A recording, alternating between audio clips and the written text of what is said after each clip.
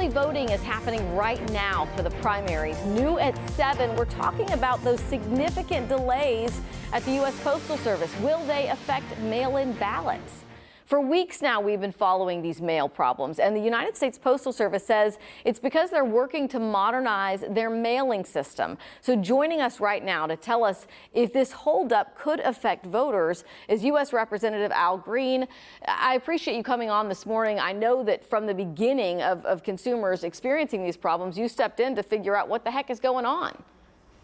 Well, thank you for having me. And if I may say so, I'd like to thank the many well wishes that I've had since I had surgery recently. Yes, we've been involved since the genesis of this. Unfortunately, that's been too long. This started in early December, mid-December, and we've had a couple of meetings with Postal Service persons here locally. We met with the Inspector General as it relates to the Postal Service. We met with persons who work with a trade association related to the Postal Service. So we've done quite a few things, but I'm still not comfortable with where we are, to be very candid with you.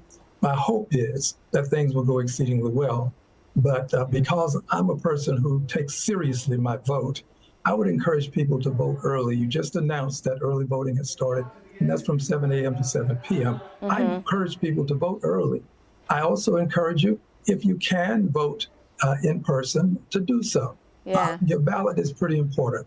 But this also applies to your tax information. As you know, we're getting into the tax season. That's pretty important too. So tax documents, documents associated with the mail, your medical documents, things that are exceedingly important to you, I would say to you, do as best as you can to deal with them as early as you can so as to make sure that they arrive timely. Yeah, so Representative Green, did you raise any of these concerns, and did anyone from any of those agencies with the Postal Service sort of explain how they might make sure that these delays will not impact mail-in ballots? I mean, why wouldn't they just be lumped in and be just as late as the rest of our mail? Well, these are good questions. And one of the things that I have encouraged is transparency. And I think that there's a necessity for the Postal Service to answer these questions. You see, I'm not a spokesperson for USPS. Right. And you're asking questions that they have the insight and the intellect. They've been provided intelligence on these issues that I don't have. Yeah. I can only say to you that I have raised them and they have given assurances, but I am not comfortable given the number of complaints that we had. We had hundreds of complaints in the congressional office. We've had to initiate congressional investigations from the office point of view for many persons, more than 50 persons. So I'm not comfortable knowing what I've gone through. A congressional office should not become a complaint department for the Postal Service. Yeah. One would think that the Postal Service would have a sufficient complaint department with a customer service representative who can answer the questions of persons who are aware that their mail has been tracked to a certain facility. Right. They haven't done that. Exactly. So I'm not comfortable. Yeah, and Representative, I mean, certainly we turn to you and constituents turn to you because we're like, okay, well, certainly you have contacts at a higher level, because when we try to get information from the people who work as spokespeople for the post office, either they don't respond or they respond with information that, as you said, it doesn't really provide any real answers. I have a question for you. A senior citizen emailed me. He's wheelchair bound. He hadn't received his ballot by mail, and that's how he and his elderly wife vote every year. And he was like, well, if I don't get it in time, how is it going to make it back on time? Is there a way for people to track their vote once they mail it in to make sure it made it to the voting office? Or, I mean, is there any real way to do that?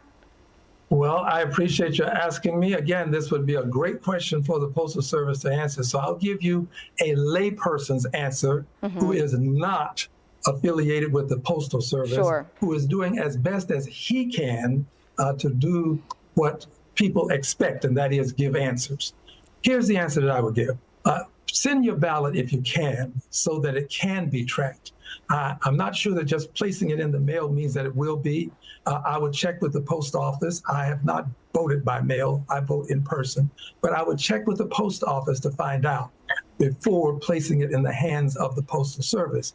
And if you have to spend some additional money to track it, we'll ask you to do that. That way you'll know exactly where it is at a given moment in time. Now, this tracking service is supposed to work And I've seen it work fairly well in a good many cases, but I'm not sure exactly how it works in all cases. Yeah. I would also suggest this. My office number is 713-383-9234. If you'll call my office today and make that request to us, we will get further information to this particular person. Sorry, I don't have it readily on the air. It's a great question. Did not anticipate that question. Yeah, no, and I appreciate you getting up early, and I know you're recovering from surgery and answering all of these questions on the fly. I guess maybe also we'll look into the Harris County Clerk's office, because my question is, I'm an elderly person, I mail in my ballot, and then after Election Day, I want to make sure that my vote counted. In the primaries, there is a way to check and make sure that they got my vote.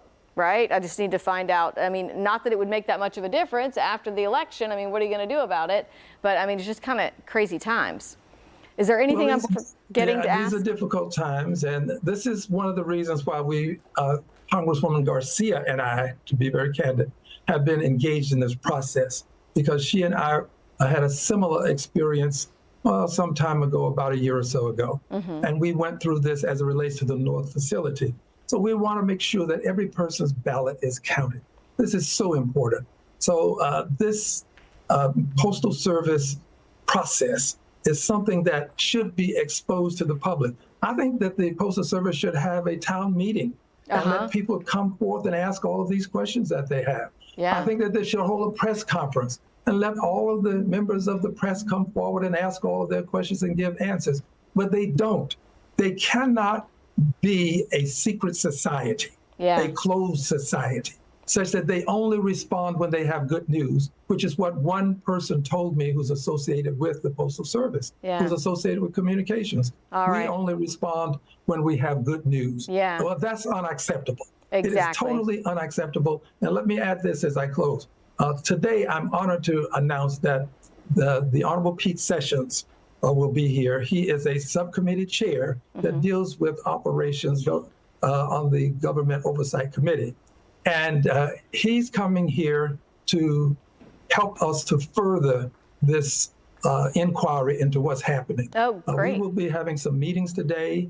We'll be addressing the press at an appropriate time. He is calling us together, bringing us together. He and I had a discussion about it, and he agreed to come.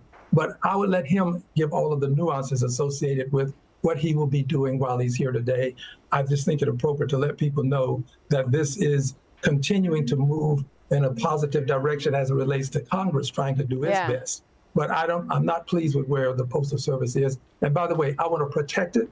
I want to keep it. I want to make it better. I don't want to get rid of it. I just want to make sure that they do what they're supposed to do, and that is deliver timely mail in an appropriate fashion. Absolutely. All right, U.S. Representative, thank you so much, and for the information about Pete Sessions coming in today to push this inquiry along. It's information we all need. Thank you so much for your time this morning, and I wish you a speedy recovery. Thank you so much. Thank you very much. Thank you.